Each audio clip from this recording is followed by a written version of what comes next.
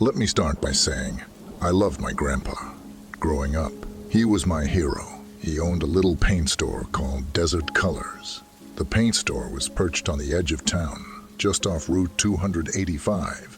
Locals swore by his specialty paint mixes and custom shades. Folks drove from Albuquerque, even Santa Fe, just to get his expert mixes. It never struck me as odd that such a small store in a sleepy desert town would thrive so astonishingly. But the truth, I found out later, was much darker. As a kid, I loved spending summers at the store. Grandpa would let me mix paints, label cans, and even ring up customers. He had this way with people. Charming, funny, a bit mysterious. I remember a local sheriff used to stop by regularly. They'd talk quietly in the corner, laugh, shake hands, and then the sheriff would leave with a box or two of paint. At the time, I thought nothing of it. It was the summer, after my 22nd birthday, when everything changed. Grandpa's health had taken a sudden turn. He asked me to watch the store while he was recovering from surgery. He handed me the keys, looked deep into my eyes, and said, "Just do what I taught you. Don't ask too many questions." That should have been my first clue. Things started out normal enough. Regular customers, contractors, and DIY enthusiasts came and went. But then the sheriff arrived. I greeted him, like always, but he just stared, confused before finally nodding and asking if we had any special sunset red paint in stock. I checked our shelves and found nothing labeled sunset red. "Sorry, Sheriff," I said. "We don't carry that one." His face went pale, and he quickly left without another word. An hour later, an unfamiliar man entered. He was tall, wore sunglasses despite the dim interior, and had tattoos snaking down both arms. He approached the counter slowly, scanning the shop. "Where's the old man?" he asked. "My grandpa. He's recovering from surgery. I'm taking care of the place. Can I help you find anything?" The man laughed. Cold, humorless sound. "Yeah," he said. "Sunset red. I need it now." Again, the elusive sunset red. Something told me not to show ignorance a second time. Thinking fast, I replied, "We're waiting for a shipment." He took off his sunglasses, revealing eyes as dark as night. "Tell the old man we're done waiting," he said quietly. "He knows what happens next." He walked out, and my heart pounded. What had Grandpa gotten himself into? That night, curiosity overwhelmed me. I began digging through the store's back room, looking through crates of paint and shelves of cans. In a corner, hidden beneath layers of drop cloths and stacked cans, I found a locked metal cabinet. My heart raced. I knew the key. Grandpa kept hidden in his desk. Small, brass, seemingly unimportant. I grabbed it, and the cabinet opened smoothly. Inside were paint cans marked sunset red. I lifted one. It was heavy, heavier than paint should be. Trembling, I opened it. Inside was tightly packed bags of powder, and beneath those, a stack of cash and several guns. My stomach twisted. Grandpa's success wasn't from selling paint.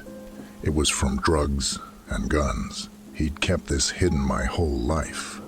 And now I was caught right in the middle. I didn't sleep that night, haunted by the stranger's words. He knows what happens next. The next morning, I confronted Grandpa at the hospital, weak, pale, hooked up to machines. He seemed small and frail, nothing like the man I idolized. "Grandpa," I whispered, struggling to keep my voice steady. "What did you do?" His eyes opened slowly, and he sighed deeply. "I did what I had to, kid. Times were tough, and the store wasn't enough. One deal led to another. You sold guns and drugs. How many people did you hurt? How many died because of you? I kept you safe," he rasped. "But now it's your turn. They'll come back. They always come back." Fear squeezed my heart. Who are they? Men worse than you can imagine, and they don't like loose ends. I spent the rest of the day pacing, trying to decide what to do. Go to the police. But the sheriff was clearly involved. Run away. They'd find me. That night, as the desert cooled beneath a blanket of stars, headlights pulled into the parking lot. I peered from behind the counter. 4 men stepped out, all tall, dark figures, one familiar. The tattooed man from yesterday. They approached, weapons visible in their hands. "Come out," one shouted, voice echoing in the silence. My heart pounded. I grabbed one of Grandpa's guns from the cabinet, gripping it tightly. "We know you're there," another voice called. "Don't make this harder." Slowly, I stepped out, gun shaking in my hand. "Where's the old man?" asked the tattooed one. "Hospital," I said. "He's sick. Leave us alone." "We have business," he replied coldly. "And now you're part of it." They moved closer. My breath quickened. I couldn't win against 4 men, but desperation fueled me. "Back off," I yelled, raising the gun. They laughed, unfazed. "Put it down. You don't have it in you," the tattooed man sneered. In the quiet of that moment, I knew he was wrong. I fired. A deafening sound filled the night. The bullet struck the dirt near their feet, but it was enough to startle them. I bolted back inside, locking the door. Gunshots cracked against the windows. Glass shattered. Bullets whizzed past me, embedding into paint cans, exploding vibrant colors across the walls. I ducked behind the counter, breathing heavily, terrified. Then, silence. Minutes felt like hours. When I dared to stand, they were gone. Morning brought clarity and fear. They'd return, and Grandpa couldn't protect me anymore. I packed quickly, grabbing cash from Grandpa's hidden stash. I took one last look at the paint, splattered walls, the broken glass shimmering like ice beneath the rising sun. This wasn't my world, but it had become my nightmare. I drove away, leaving desert colors behind, knowing I'd never see Grandpa again. The highway stretched endlessly ahead, and every car behind me felt threatening. Grandpa's lies had painted our lives red with danger, and now I was running, always running, wondering when they'd finally catch up. It had been 2 weeks since Dad passed away when I finally gathered enough courage to go through his belongings. The task was daunting. Sorting through a lifetime of memories wasn't something I was emotionally prepared for. Mom couldn't bring herself to do it, and my younger sister, Clara, was off at college, leaving me alone in our old family home. I spent hours sorting through Dad's wardrobe, smiling sadly at his favorite worn jackets, ties, and shoes. Nostalgia crept in as I sifted through his collections. Old vinyl records, piles of faded photographs, handwritten notes. It was comforting yet painful, like stepping into fragments of his life. But tucked away behind a stack of boxes in the back of Dad's closet, something caught my eye. A dusty old camcorder wrapped carefully in an old towel. I recognized it immediately. Dad had always carried that thing around when we were kids, capturing every mundane and joyful moment. Curious, I took it out, wiping off the thick layer of dust. Beneath it lay a shoebox full of labeled videotapes, titles like Clara's First Steps, Christmas 1998, and Summer at the Lake jumped out at me. My heart warmed as I imagined revisiting those precious family moments. The house was quiet when I set the camcorder up in the living room, connecting it to the TV. The grainy footage flickered on, screen washing the room in nostalgic colors. It was surreal, seeing our younger selves. Clara giggling as she stumbled through her first steps, my awkward teenage years immortalized at birthday parties. Dad's hearty laugh filling the room. Hours passed in sweet reminiscence until I reached a tape simply labeled July 12th, 2003. My stomach twisted slightly. The vague title seemed odd compared to the others. When the footage started, I recognized the woods behind our house immediately. The camera shook, obviously handheld by someone. Dad, presumably, walking through dense foliage. The audio was muffled, heavy breathing filling my ears. I sat forward, confused. We hadn't often ventured that deep into the woods. The footage became increasingly shaky as the camcorder was set down. Dad appeared in front of the camera, illuminated dimly by the pale flashlight he carried. He seemed tense, unlike the Dad I knew. Without speaking, he began digging into the earth, The shoveling was hurried, frantic almost, dirt flying wildly. I leaned closer to the screen, my pulse quickening. Minutes dragged on in eerie silence, broken only by Dad's labored breathing and the scraping shovel. Eventually, he stopped, bending down to place something carefully into the hole. I squinted, desperately trying to make sense of the dark, blurry shape. It looked small, a box perhaps. Dad covered the hole swiftly, glancing around nervously before the footage abruptly ended. My heart raced. Questions flooded my mind. What had Dad buried and why? Sleep evaded me that night. The morning sun found me gripping a shovel, trudging into the overgrown woods behind our home. Finding the exact spot from the footage was harder than I'd imagined. Trees had grown taller, bushes thicker, but after nearly an hour, a familiar cluster of stones appeared. My heart pounded. I sank the shovel into the earth, quickly realizing the dirt was packed harder than I anticipated. My hands blistered, muscles aching, but determination pushed me forward until the shovel hit something solid. Kneeling, I clawed through the earth until my fingers brushed against cold metal. My stomach churned. It was a small, rusted metal box. Holding my breath, I lifted it out of the hole, brushing away dirt. Its clasp was corroded but opened with some force. Inside were faded photographs, bound tightly with twine. The images made my blood run cold. Faces stared back at me, terrified expressions frozen forever. Men and women I'd never seen, their eyes wide with fear, mouths open mid-scream. Each photograph was carefully labeled with dates and names I didn't recognize. My hand shook violently as I flipped through them, dread gnawing at my core. Stumbling home, I laid the pictures across the living room floor, my head spinning. Who were these people? Why did Dad have these horrifying photographs hidden away? That night, I barely slept. Every creak of the house made me flinch. The father I had loved and mourned suddenly felt like a stranger. I needed answers. Days blurred together as I obsessively searched the internet, scouring local newspaper archives and missing person databases. Each name, each date, matched perfectly. Cold dread filled me as the truth unfolded. These people were missing, unsolved cases dating back decades. I couldn't breathe. Frantic thoughts raced through my head. Dad was a gentle man, loved by everyone. It seemed impossible that he could have had any connection to these disappearances, and yet the proof was undeniable. Buried behind our home for decades, weeks passed in a dark haze.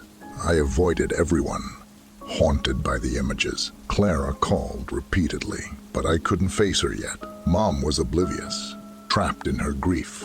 Guilt consumed me as I questioned everything I thought I knew. One afternoon, a knock at the door jolted me from my stupor. Opening it, I found myself facing an older woman whose face seemed familiar, yet distant. "You don't know me," she began, her voice trembling slightly. "But I heard about your father's passing. My name is Helen.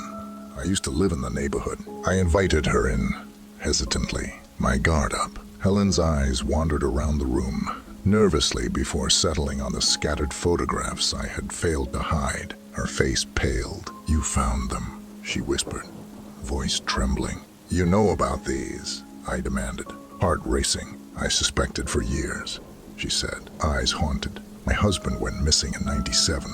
Your father was always friendly, too friendly. He was everywhere. When Jim vanished, everyone searched. But your dad, he helped more than anyone. I thought it was kindness, until I noticed things." Helen's words sank in slowly, each syllable like poison.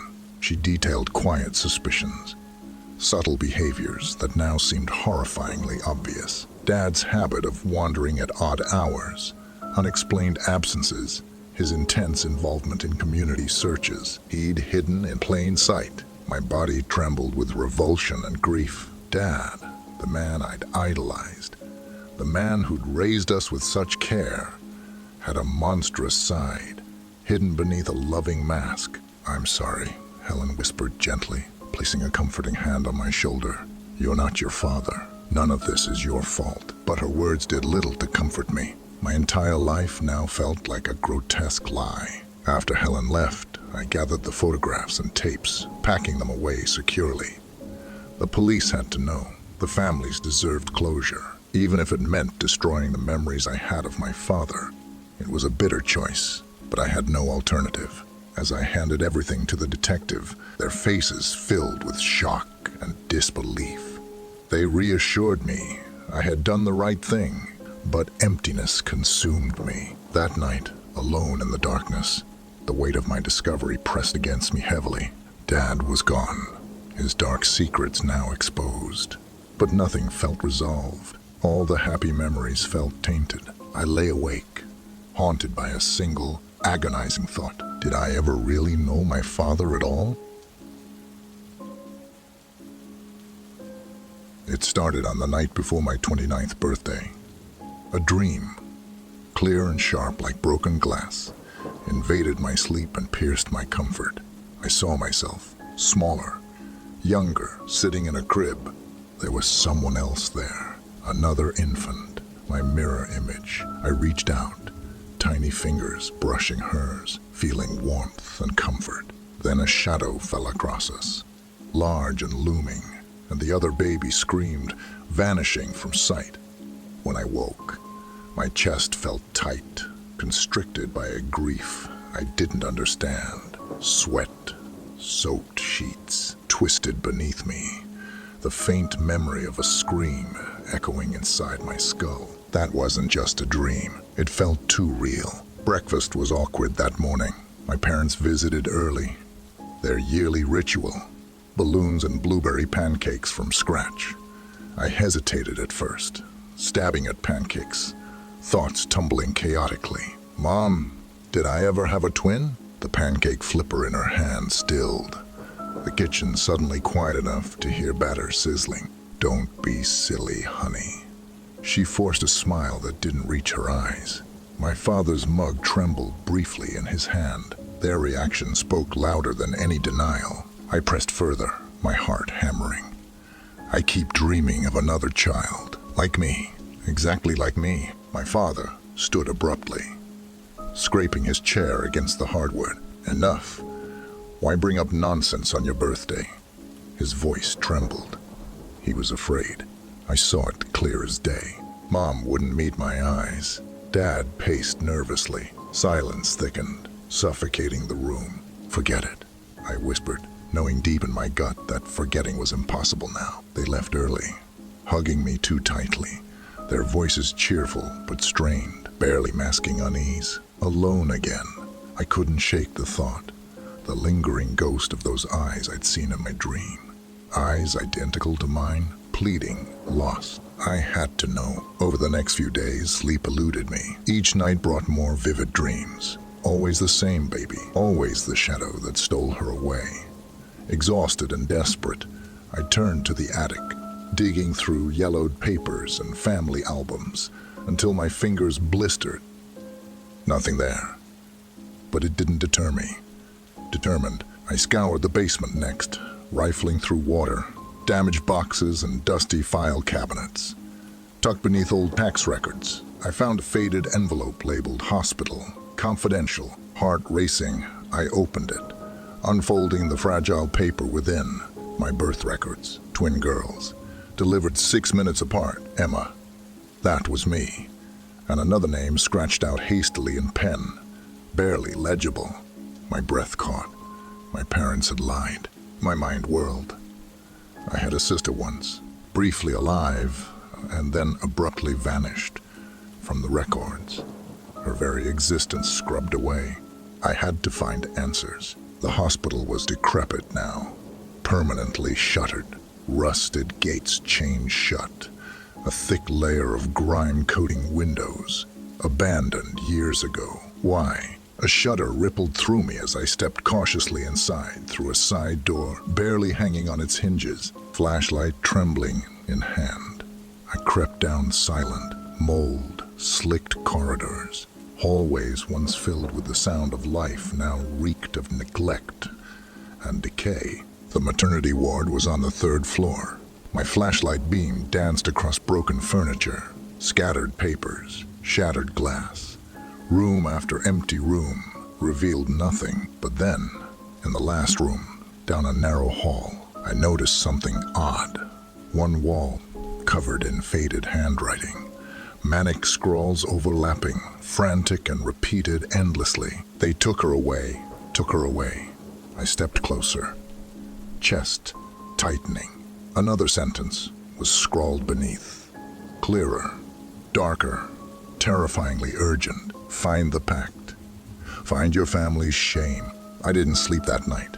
Couldn't shake the desperate plea written on those walls. I couldn't trust my parents, not after what I had found. I needed answers, fast. The next day, I went back home and quietly snuck into my parents' house while they were at their usual Saturday grocery run. Carefully, I searched their bedroom, my pulse hammering with each drawer I opened. Each closet, I checked. Finally, hidden behind an old dresser, I uncovered a locked metal box. Desperation fueled my strength. I smashed the lock with a heavy statue from my mother's collection. Inside lay more secrets, newspaper clippings, documents, and an envelope with faded photographs. I flipped through the images, horror mounting. My parents, younger, at some sort of facility, holding 2 babies, me and my forgotten twin. Another man stood behind them in shadows, expression grim and threatening. A strange insignia gleamed darkly on his uniform.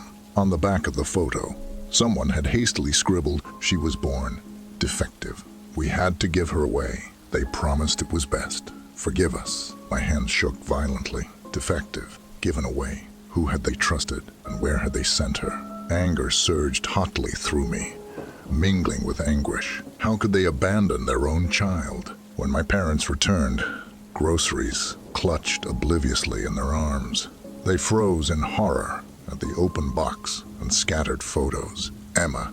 "No," Mom whispered. Dad looked like he'd aged 20 years in seconds. "Tell me what you did," I demanded, voice trembling. "What pact? What shame?" My mother sank into the sofa, her voice a strained whisper, tears spilling from eyes wide with decades-old guilt. She was born different, sick, a defect that meant she wouldn't live long, expensive care we couldn't afford. We didn't know what to do, desperate, terrified. Then that man came, a specialist, promised he could give her a comfortable, brief life. He would ease her suffering, he said.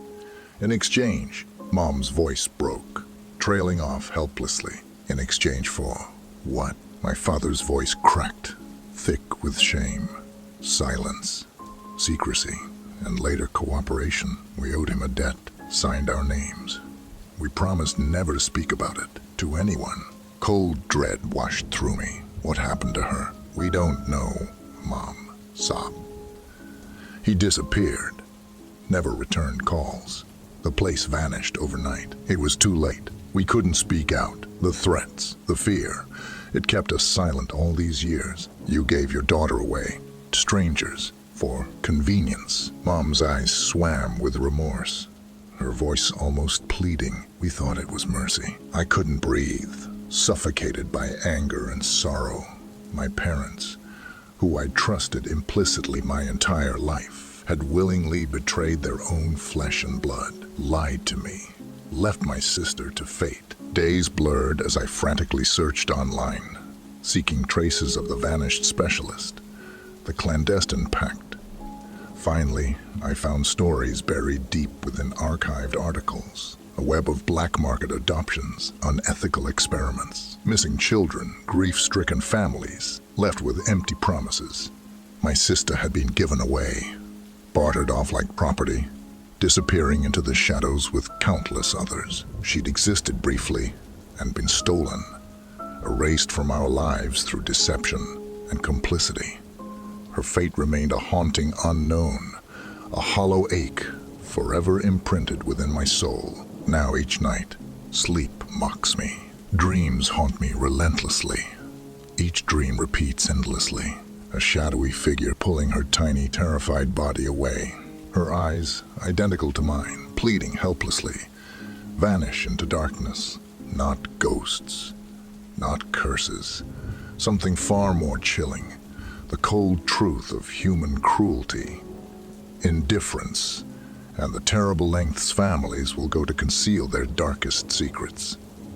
Now, I lie awake, staring endlessly at the ceiling, haunted not by supernatural entities, but by a simple, horrifying truth. The darkest monsters in this world are human, and their secrets are often too terrible to bear.